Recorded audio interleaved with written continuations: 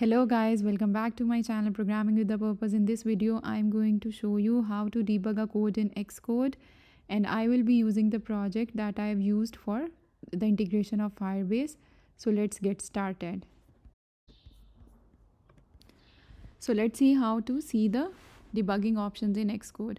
So here you can see different breakpoints that are listed in the breakpoints tab. Now I have played my code and it will hit one of the breakpoints. So the code is here and you can see that there is a debugger window appeared at the bottom. It is showing the value of different variables. This is how we are going to step over the code. This is to step into and this is to step out of the code. And this is where we can see the hierarchy of windows that are arranged on our UI.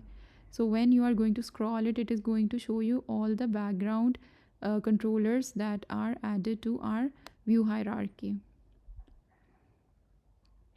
So here it is going to build a memory graph. I'm going to show you in future videos how we are going to use it. So here it is showing us the all the bytes that are being used, and this is how we are going to simulate a location. We can add a latitude and longitude in a GPX file. When we are going to explore the MapKit framework, I'm going to show you how to use it. It is basically to get the GPS coordinates.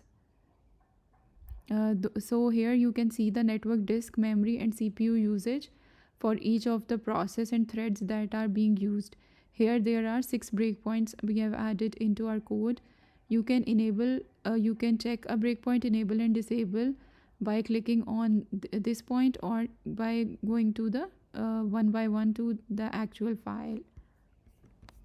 So here you can see that in the bottom window I have written print object, no data label and its status. So basically you can print different objects to see their values, and there is an other thing you can attach to a process.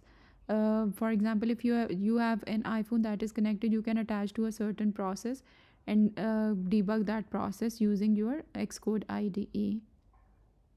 You can also deactivate all the breakpoints. So I've deactivated all the breakpoints, so you can see that all of them are turned gray.